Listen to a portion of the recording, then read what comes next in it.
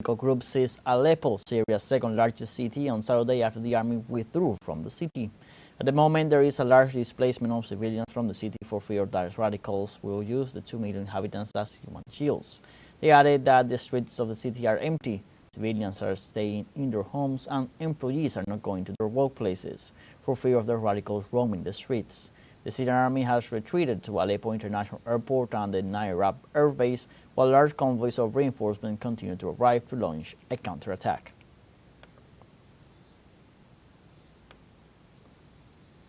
And in Syria, President Bashar al-Assad assured that the government forces, with the support of Russia, continue to strengthen the defense lines in the affected areas. During a telephone conversation with the President of the United Arab Emirates, Mohammed bin Zayed, the Syrian leader said that his country continues to defend its stability and territorial integrity against all terrorists. In this context, Bashar al-Assad also stressed that Syria, with the help of its allies and friends, is capable of defeating and eliminating the terrorists, no matter the severity of their attacks.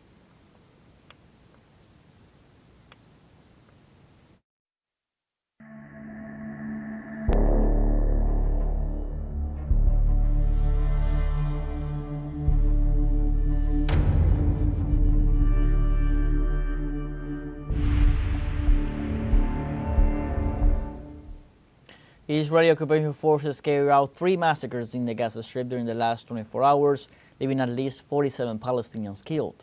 Health authorities added that the attacks left about 108 wounded.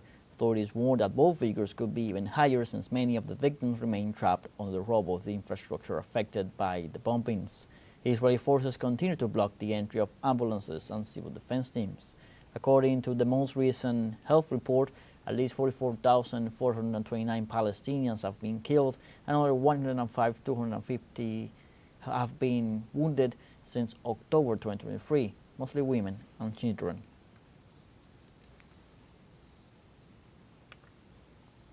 And in Palestine, the Foreign Ministry condemned the constant aggressions of the Israeli forces against the country with emphasis on the Gaza Strip, which it considered violations of international law.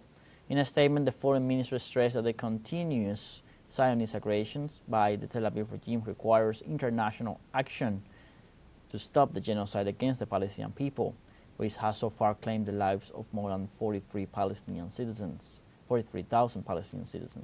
It also questioned the continued Zionist attacks and incursions against the people and the aggressions in the occupied West Bank. The Foreign Ministry urged the world community to put pressure on the Israeli regime to stop the genocide and allow the Palestinian National Authority to exercise full sovereignty over the territory.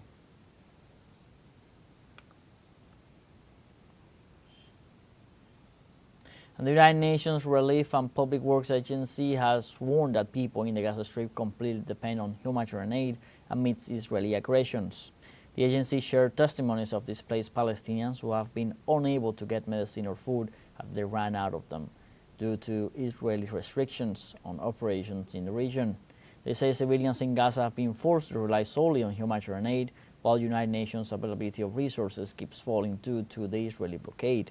The agency reiterates the urgent need for an immediate ceasefire, stressing that Israel continues to control the entry of supplies into the Gaza Strip, thus aggravating the humanitarian crisis. And the port city of Tyre, Lebanon, is slowly coming back to life on Saturday as businesses that had suffered damage during the conflict between Israel and Hezbollah reopened. Over the past 3 days, some of the thousands of residents displaced by the 13-month attacks that escalated in late September returned to their homes and businesses. Store owners were reporting painting and rebuilding their cafes, while other businesses resumed work. Tyre has been subjected to almost daily airstrikes for the past 2 months, flattening entire buildings and forcing many of its residents to flee to safer areas in Lebanon. كتير صعب وضرب وأزمة اقتصادية كتير خانقة يعني. The situation is very difficult, with bombings and a crushing economic crisis. Of course, we have seen that people are slowly coming back, reopening their shops, trying to fix their situation, and, as you can see, they are repairing things. Those who have broken doors are replacing them and repairing things. And December 1st marks the International Day of Prisoners for Peace, a day to recognize the courage of conscientious objectors who are imprisoned because of their resistance to war. The aim is to support people who have been imprisoned for taking action against war and in favor of peace. International Prisoners for Peace Day was declared by War Resisters International, a global network of peace and anti-militarist groups around the world. War Resisters International encourages everyone to support the cause of these people who have been imprisoned for trying to defend peace.